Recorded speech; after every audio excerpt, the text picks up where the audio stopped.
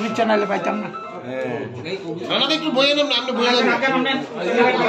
আমাদের পূর্ব থানাতে আমাদের কাছে একটা ইনফরমেশন আসে যে যোগেন্দ্রনগর রেল স্টেশনের মাধ্যমে কিছু আপনার গাঁজা পাচারকারী চক্র কিছু গাঁজা নিয়ে তারা ত্রিপুরা থেকে বাইরে যাওয়ার জন্য তারা এখানে আসতে পারে।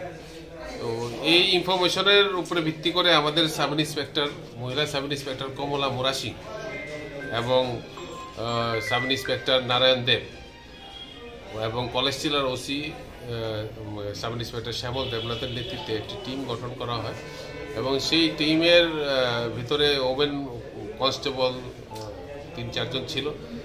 তারা গিয়ে আপনার এখানে 2 জন মহিলাকে আমরা আটক করতে সক্ষম হই। একজনের নাম হচ্ছে পুতুল দেবী, আরেকজনের নাম হচ্ছে সঙ্গীতা দেবী। এই 2 জনের কাছ থেকে আমরা আমাদের মহিলা পুলিশ যে কমলা মুরাসিংয়ের নেতৃত্বে তল্লাশি চালিয়ে তাদের কাছ থেকে আমরা আনুমানিক 8.4 কেজি গাঁজা উদ্ধার করেছি, যা আপনাদের সামনে আছে। তো তাদের সঙ্গে আরও অনেকেই জড়িত আছে। এগুলি একটা চক্র যারা ত্রিপুরার এই রেল স্টেশনগুলিকে ব্যবহার করে এখান থেকে বাইরে বিহারে নিয়ে যায় গাঁজা।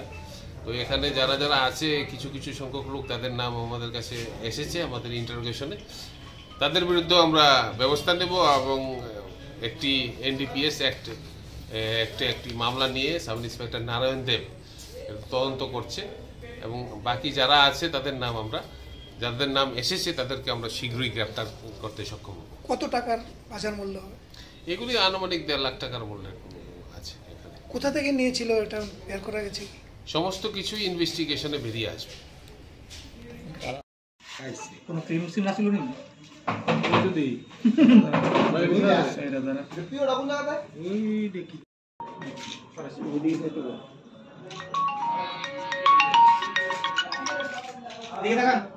এদিকে তাকান।